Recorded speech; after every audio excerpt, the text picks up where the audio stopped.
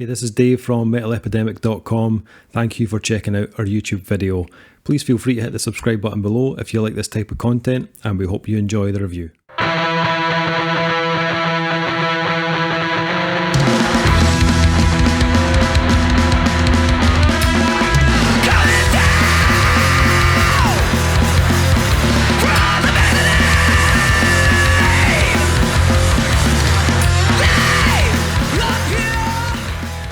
What's up guys, Dave here from Metal Epidemic, back with another album review. And for this review, Duncan Kyle and I have been checking out the new album from Seattle hardcore punks, Filth Is Eternal.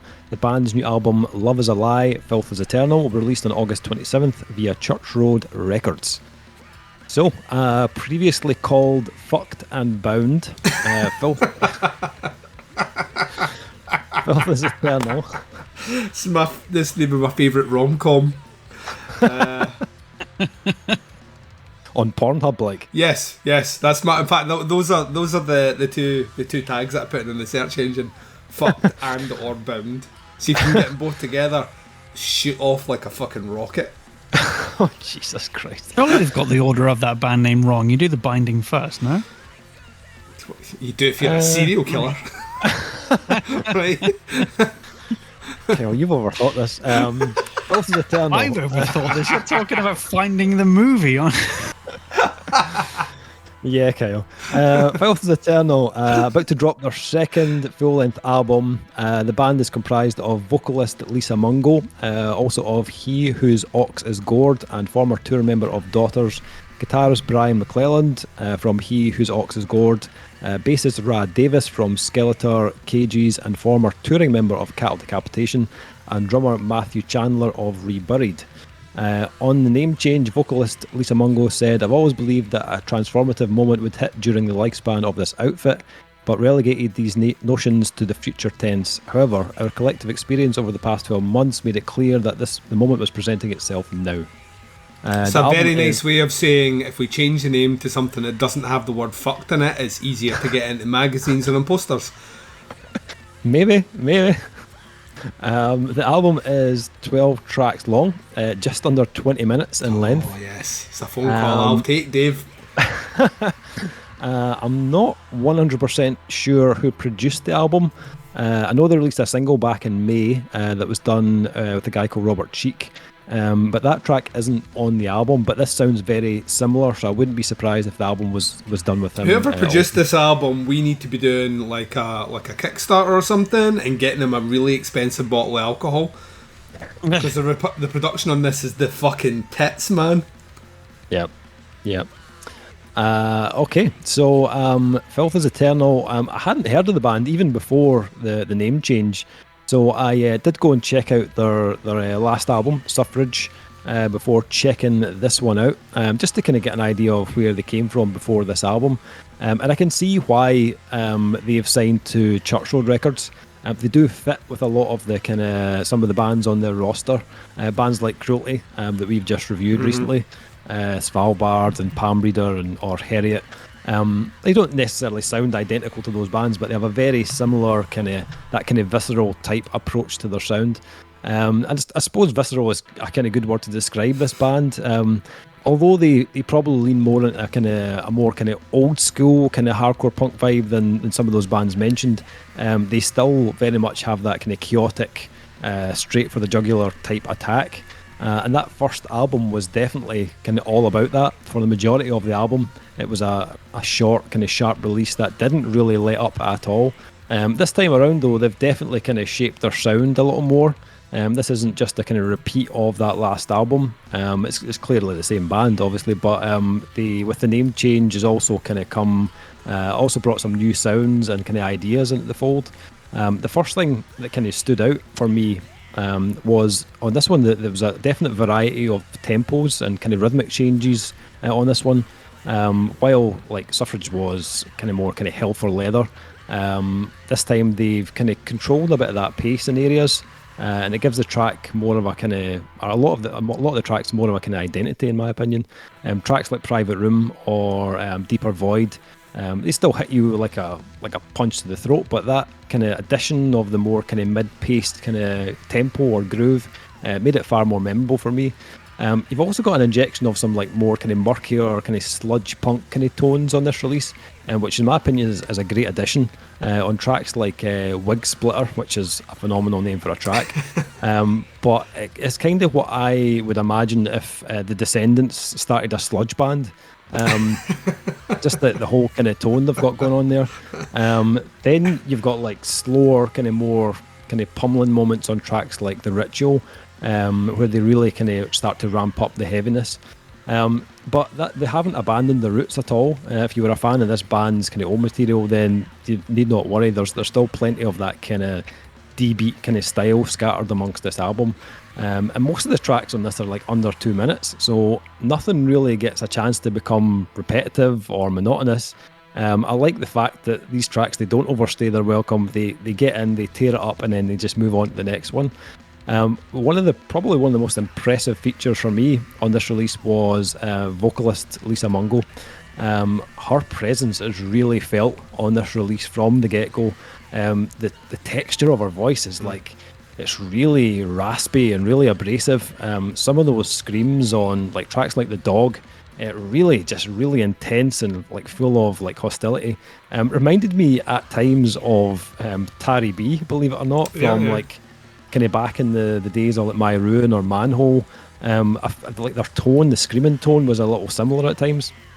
I think the last track of the album, which is the title track, one of the best tracks on the release for me, and it was the one track that kind of goes that kind of like 4 minutes.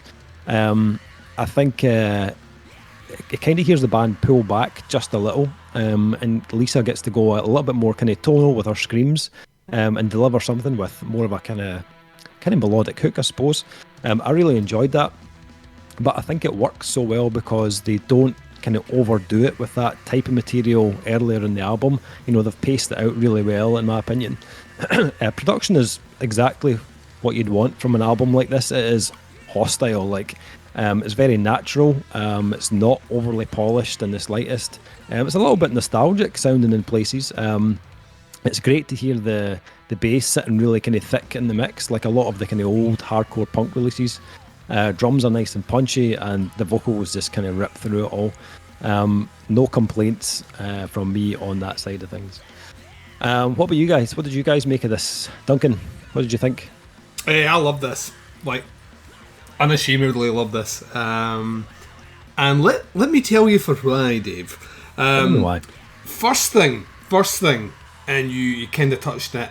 Vocally, this is also fucking impressive. There's, I think I'd mention it from time to time when we talk about death metal bands, that if you can growl like a death metal vocalist, you're almost preordained to be in a death metal band. That's where you should be going. She's got a rasp about her that means that really, vocationally speaking, she's in the right band in the right genre. It works so fucking well.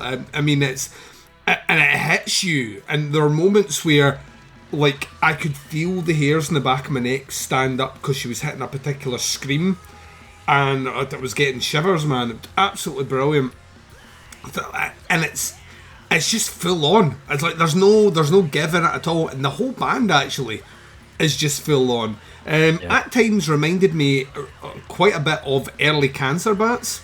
Like when Cancer Bats were, before they went a bit more kind of southern and sludgy and were still kind of angsty and punky, that's kind of what they remind me of. Even the production sounded very similar to circa Hail Destroyer, the album that they had out before. And even some of the guitar parts kind of reminded me. That's what I kept thinking about was, you know, if they hadn't found that southern influence and just stuck to doing what they were doing, this is kind of what I would imagine it'd sound like. On the same day we're recording this, I have complained about a band with song lengths that are too long, and I would be remiss if I didn't say there's one or two tracks here that could have benefited from being just a little bit longer. And it's, I mean, I love the kind of punk ethos of fuck it, we'll just go until we don't want to do it anymore, and then we stop the song. But there was a couple of riffs that just as I felt like, I'm hitting my stride, they stopped. And I was like, oh no, just one more round, and they would just fucking stop. And it's not really, and the way that it was, he complained before, it actually just encouraged me to listen to this a lot more. And at 20 minutes, you can listen to this a lot, because I have listened to this a lot. This has been on almost repeat spins, and I just felt energized. And the interesting thing that you were talking about here is this drummer from death metal stock then? I think it was the bassist. Is it the bassist that's from death metal stock? It was the tour member of Cattle Decap. Right, because the drums are actually, the speed on some of the drums here, like that way where punk drummers, you get the feeling that punk drummers can either only play one speed, so they couldn't just like play some funk or whatever, it has to be fast as fuck or they can't do it, or that punk drummers can just do anything. And I get the feeling that this guy could probably just do anything. There's that real fucking talent and aggressiveness of the playing, which is accentuated with the production. The production of the drums is about au natural as it gets. And I loved it. The bass is nice and juicy and right in the mix, right in the middle. I know you were saying that's a kind of hark back to the 90s, when, you know, every musician was produced in a band and not hidden like most bass players are in 2021. That's why Kyle always goes last on the reviews, because easier to edit out. So, you know what I mean? I'm a bad man. I'm going to hell for that, Kyle. There was no need. Shots fired for no reason at all. I'm a bad man. I'll join you. I'll see you there. Don't worry. I'll be waiting for you. Yeah, but the bass is really, really, really well mixed in here, and I think that is to their credit, because when they hit those kind of more sludgified elements that you do get in certain sections here, you need that bass there, because if you need that thickness in the tone, because if it's not there, it just sounds like a fart in a tin can, and this doesn't have that. I think the thing about this band that made me really, really excited is the prospect of, and I didn't know they had other bands, I was going to say the prospect of, if you're a band that can churn out a 20-minute album, I know we're calling it an album, but it's a 20-minute album, right, then in theory you should be able to do one of these every year. You know what I mean? Like, and I was getting really excited about that, and then you said, well, they're all, you know, they have other acts. I would tell them, having not listened to any of their other acts, just do this. Like, just concentrate on this. I love this, whether it's Wig Splitter, which I'll agree with you, great fucking name, The Chain, Deeper Void, and then the closing track is the one, which you mentioned rightly, the closing track is the one that sits, it's about 4 minutes in length, and that's the one where I get this is what could happen if they write longer songs. And it turns out they're not a band with short ideas either. They can write longer songs, which I really liked, because then I felt like I was getting that full thing. Would I force that on all the songs though? Probably not, because part of the charm of this release is the unpredictability of not knowing when a track's going to finish and then what you're going to be hitting the face with next. This is legit great. I fucking love this, and I can't speak highly about it. It's the most listened to thing that you gave me this week to listen to, by quite a bit, and it's not just because of the runtime. So, I absolutely loved it. Nice. Kyle, what did you think of this one? It's an album for sure. I mean, it's 12 tracks, so it's definitely an album. It's under 20 minutes, so it's definitely an EP. Yep. Well, it's like that. The Cult of Luna thing, where they're now Cult of Luna this year. That Raging River is technically an EP, but it's like an hour long. Right. Like, we're just mixing things up here. We're blurring the lines. We're blurring them. When you come to me with that kind of confusion, I like it already. Man, this album, whatever you want to call it, this is one of the better things I've heard this week, and better things I've heard this year. I used to love punk, but not this type of punk. I was into like NoFX and stuff like that, H2O and all that kind of stuff, which is not the same as this, but it's similar in a way. But this goes a lot harder and a lot faster, and I love it. This is all the stuff I wish punk had, all the punk I listened to, I was exposed to, because way back then it was difficult to find new things unless you had a friend that knew it and blah blah blah. But you know, you go to the record store and be like, yeah, we got the new one, but we don't have anything else because you live in buttfuck nowhere. So, but no, I wish this kind of stuff was around back then. Are you saying it was like hardcore punk? I'd never even heard of that genre back then. Not even close. And then I discovered metal. It's like it goes harder and faster. I'm going to get into metal. But this is amazing, this album. Like, the production is unbelievably raw, but still you can hear everything. I mean, the guitar production is not clean by any stretch of the imagination. They've taken out all the things you do not want on a record, and that's it. You know? And the bass is there, and it's very present, and I love it, and the tone is massive on the bass. Especially on that last song, just coming in right. Oh, it's so good. And like you guys were saying, the drums are pretty damn good. I mean, you can't fault them. They're organic, raw. That's the drummer playing. It's not a computer. It's great. It's wonderful. Please, more of this. But yeah, the vocal performance is absolutely unbelievable. Like I was getting goosebumps down my arms at some points and stuff like that. I was fucking what I've never heard. She I mean, there's great vocalists, vocalists, and it's just I know. I can't. It's weird to describe. She has certain noises, and you're like. You kind of get that kind of shocked intake of breath because it's so fucking impactful and so raw. It's great. It really channeled everything they meant into that scream and just... Absolutely. So really enjoyed it. Really, really enjoyed it. It's been, same for me. It's been the most listened to thing this week. I mean, it just keeps on going. I want to listen to that again. I'm fucking hungry. And they understand. Excellent. So, ratings. What are we thinking for Love Is a Lie, Filth Is Eternal? For me, I think... What would I go with this one? I'm a big hardcore fan. Have been since the 90s. And I wouldn't say this is like anything I haven't heard, done before. But I did really enjoy Filth Is Eternal's take on this and their execution of the whole thing. And I could definitely hear growth in their sound from the last album as Fucked and Bound. So I liked that they are open to kind of mixing things up and not just churning out what's kind of expected of them.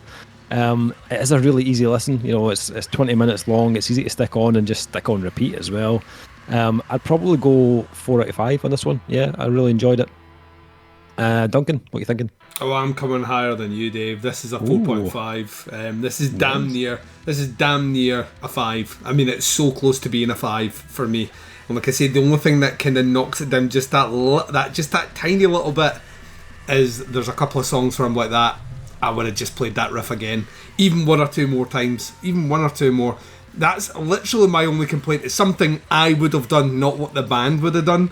The band have done here is craft something that is not only incredibly Moorish, but I think it captures all that spirit and all that violence of that stuff from the 90s, but not cynically. You know what I mean? It really, really holds it close to its heart, and then it binds it, then fucks it. This is 4.5, and like I say, it is so close to being a 5. I think this is absolutely fucking great, and if you listen to one thing this week, listener that's listening to this, make sure you check this one out when it drops.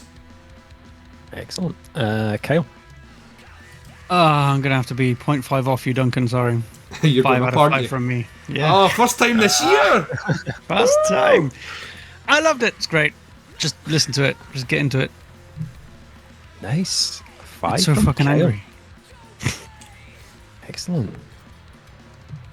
Yes, Love Is a Lie, Filth Is Eternal by Filth Is Eternal, out on the 27th of August on Church Road Records. If you want to check them out, it's facebook.com/Filth Is Eternal. I will put a link in the description below to their Facebook and to their Bandcamp so you can check out the release. Let us know what you think. Heard any of the singles? Once you've heard the album, drop some comments in below. That is the review. Thank you for checking it out. Much appreciated. We'll be back with another review very soon, but until then, take care.